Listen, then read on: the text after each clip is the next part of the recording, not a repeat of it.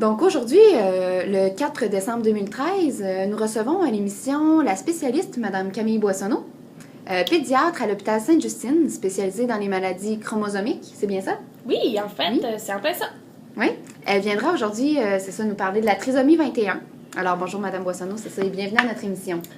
Bonjour, c'est vraiment un plaisir pour moi d'être sur votre plateau. C'est un honneur de pouvoir vous rencontrer et de parler d'une maladie qui me touche vraiment à cœur. Parfait, donc on pourrait enchaîner peut-être avec, j'ai plusieurs questions là, à vous poser. Alors, Dr Boissonneau, pouvez-vous nous dire tout d'abord, décrire c'est quoi la trisomie 21? Bien sûr, alors pour ceux qui ne le savent pas, la trisomie 21, ça s'attaque au chromosome 21, donc on a plusieurs chromosomes dans notre corps, et ce qui diffère des personnes qui ont une trisomie 21, c'est qu'ils possèdent 47 chromosomes au lieu de 46. Donc un être humain dit normal posséderait 46 chromosomes, mais la personne ayant la trisomie 21, elle en possède 47 parce qu'elle a 3 chromosomes 21 au lieu de 2. Donc ça, c'est la partie principale de la maladie. C'est en fait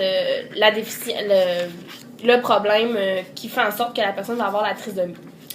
Ensuite, ce que je peux vous parler peut-être, c'est qu'il existe 3 types de trisomie. Ça, il y a peu de personnes qui le savent. On pense souvent à la trisomie 21, mais en fait, il y a 3 types de trisomie. Il y a la trisomie libre qui touche la majorité des personnes trisomiques. Ça touche environ 95% des personnes qui ont la trisomie. Puis, c'est une erreur, dans le fond, qui se produit, encore une fois, au niveau des chromosomes. C'est lors de la distribution des chromosomes. Ça se produit lors de la première division cellulaire et ça affecte toutes les cellules du corps humain. Sinon, il y a la deuxième sorte, ça s'appelle la trisomie mosaïque. Celle-ci, elle se produit lors de la deuxième division cellulaire et elle touche seulement 2% des personnes qui sont atteintes de la trisomie. Et ce qui va différer avec ces personnes-là, c'est qu'ils vont avoir des traits physiques moins apparents et un potentiel cognitif plus présent. Par contre, il ne faut pas conclure que ces personnes-là vont être moins affectées parce qu'on ne peut pas savoir vraiment c'est quelles cellules qui comportent un 3e chromosome. Donc, ils vont avoir quand même la trisomie, mais comme on dit, les traits physiques moins apparents et le potentiel cognitif plus présent. Et sinon, pour le 3e type de trisomie, ça s'appelle la trisomie par translocation et ça touche environ 3% des personnes qui ont la trisomie. Et pour ce type-là, c'est un bris d'une partie du chromosome 21. Donc, l'enfant reçoit dans son chromosome 21 un chromosome qui est transloqué, donc qui a un bris. C'est pourquoi on la nomme la trisomie par translocation. Donc, si je comprends bien, excusez-moi, si je comprends bien, c'est ça, en fait, la trisomie 21 comporte 3 types de trisomie. C'est en plein ça. OK, c'est bon. Sinon, je peux vous parler un petit peu de l'incidence. Au moment actuel, il y a environ 1 cas pour 770 naissances de trisomie. Donc, c'est quand même un bon chiffre. C'est considérable. Oui, en effet. Puis, ce qui est très intéressant avec ce type de maladie, c'est que la probabilité de l'enfant qui naisse avec la trisomie, ça dépend beaucoup de l'âge maternel. C'est un des facteurs qu'on a pu observer. Donc, je peux vous dire un petit peu une petite statistique, là, si on y va avec l'âge maternel, quand la mère est âgée de 17 ans, elle a une chance sur 1565 d'avoir un enfant ayant la trisomie, donc ce qui est très peu, en effet. Et quand on monte, quand on est rendu à 45 ans, elle a une chance sur 28. Donc ça, c'est vraiment inquiétant. C'est un chiffre qui peut nous faire peur. Donc, c'est important à considérer quand on est une maman qui veut avoir un enfant en santé, l'âge à laquelle on a notre enfant. Sinon, on a aussi maintenant, depuis les années 70, c'est possible d'avoir un dépistage auprès des mamans. Donc, c'est offert aux femmes enceintes âgées de 35 ans et plus. Puis, ceux aussi qui ont un risque élevé d'anomalie chromosomique, on offre le test gratuitement dans plusieurs régions. Ici, au Québec, on en a, je peux vous en nommer quelques-unes, au Bas-Saint-Laurent, Saguenay, l'Estrie, Montréal. Donc, dans pas mal toutes les régions du Québec, on a un programme pour dépister la trisomie. Et puis, je peux peut-être vous nommer des raisons pour lesquelles une maman voudrait passer le test. En effet, ça va lui permettre de connaître la probabilité qu'elle ait un enfant trisomique ou non. Sinon, ça va pouvoir lui permettre de prendre une décision peut-être face à l'issue de la grossesse. Si elle se rend compte que son enfant est atteint de la trisomie, elle va peut-être vouloir décider d'avorter. Ça va être selon ses choix.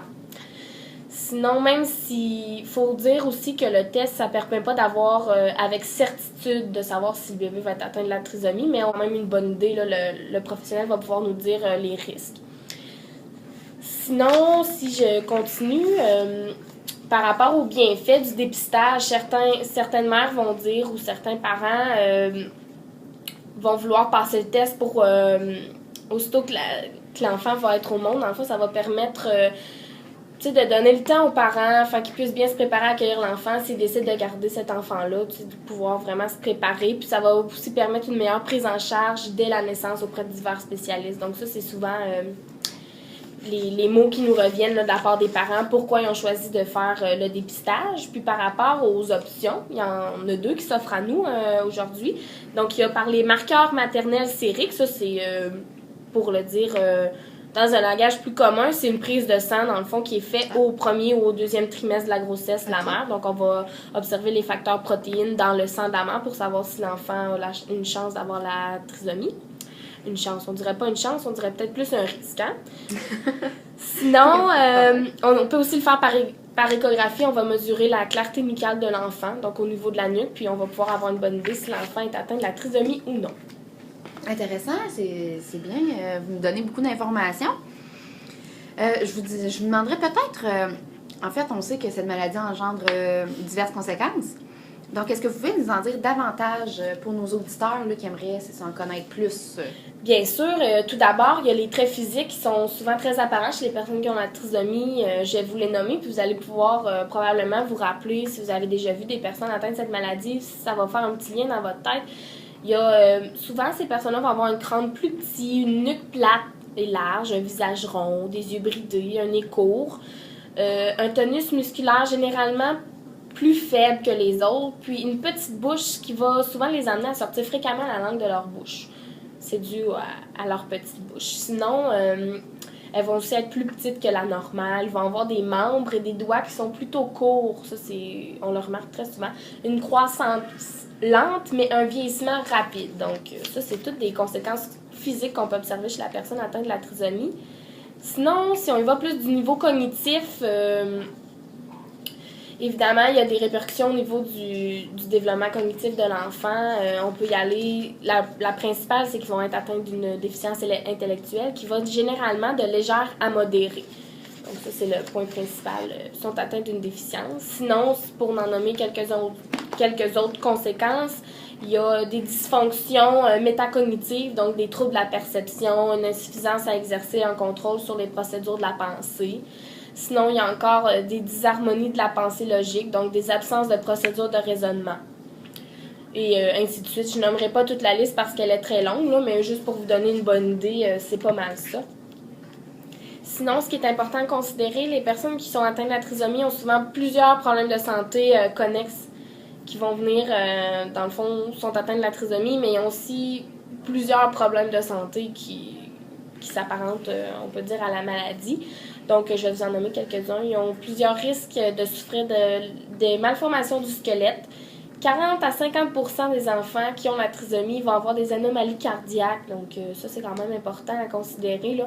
Souvent, ça peut être traité par la médication, mais parfois, il va falloir avoir une chirurgie pour régler le problème. Sinon, il peut y avoir aussi des obstructions gastro-intestinales. Ça touche environ 10% des bébés. Donc, encore là, c'est quand même un chiffre qui parle, là, 10% quand même. Et sinon, plus de 50% des personnes qui ont la trisomie vont avoir des problèmes de la vie ou de l'ouïe, comme le strabisme, la myopie, la presbytie, des cataractes ou de la surdité. Donc, c'est vraiment des problèmes qui sont connexes là, à la maladie. Les enfants vont souvent souffrir de ces problèmes de santé-là aussi. OK. C'est quand même considérable, hein? Oui. On en prend des bonnes notes. Pardon, j'ai de la misère avec ma voix aujourd'hui. Comme je peux voir, la trisomie est une maladie qui entraîne beaucoup de conséquences, tant pour l'enfant que pour la famille, les parents, l'entourage. Hein? En effet, oui. Donc, après cette partie un peu moins positive, pouvez-vous maintenant nous parler de la possibilité d'adaptation de ces enfants-là? Serait-il possible pour eux, maintenant, de s'adapter dans la société? Bien sûr, en effet, après avoir nommé toutes les conséquences, ça peut nous chambouler un petit peu, mais il faut savoir qu'il y a aussi des trucs positifs envers ces enfants-là, probablement, sont très attachants pour ceux qui ne le savent pas. Mais sinon, au niveau de la stimulation, ce qui est intéressant, c'est que pour stimuler le développement d'un enfant qui a atteint de la trisomie, ça ne diffère pas vraiment de la manière de développer un enfant dit normal. Il va falloir faire des choses avec lui comme si c'était un enfant normal. Je peux vous donner quelques exemples, là, comme l'inciter à avoir confiance en lui. On va faire ça auprès de tous les enfants. L'encourager à faire des projets. Le soutenir dans le développement de ses habiletés sociales, souligner ses forces, le rendre fier de ses réussites. Donc ça, c'est vraiment toutes des choses qu'on fait avec un enfant, qu'il soit atteint de la trisomie ou non. Sinon, au niveau de la scolarité, ça aussi c'est une grande question. Est-ce qu'ils vont être capables d'aller à l'école? Je peux vous répondre. En effet, oui. Les enfants qui ont la trisomie, qu'on choisisse une classe spécialisée ou une école traditionnelle, les enfants qui sont atteints de la trisomie vont pouvoir aller à l'école et même grâce à du matériel adapté et le soutien des parents, ça va être possible pour eux même d'apprendre la lecture et l'écriture, tout dépendamment de leur niveau de déficience intellectuelle, mais il ne faut pas justement oublier ça, que la scolarité, ça va vraiment les aider. Puis aussi, un petit conseil, les ordinateurs, on a tendance à l'école à beaucoup inciter sur l'écriture et tout, mais ne faut pas oublier les faiblesses, un petit peu les difficultés de ces enfants-là. Donc, l'ordinateur va pouvoir les aider énormément dans leur cheminement. En plus d'exercer puis d'approfondir les connaissances qu'ils ont déjà appris, ça va pouvoir les préparer à un mode de vie qui est de plus en plus électronique, on le sait, hein, mais aussi à leur faire une plus grande place, dans le fond, ça va pouvoir les aider. On sait qu'ils ont souvent de la difficulté au niveau de la motricité fine, donc ça va être difficile pour eux d'écrire. Donc, on va pouvoir les aider avec l'ordinateur.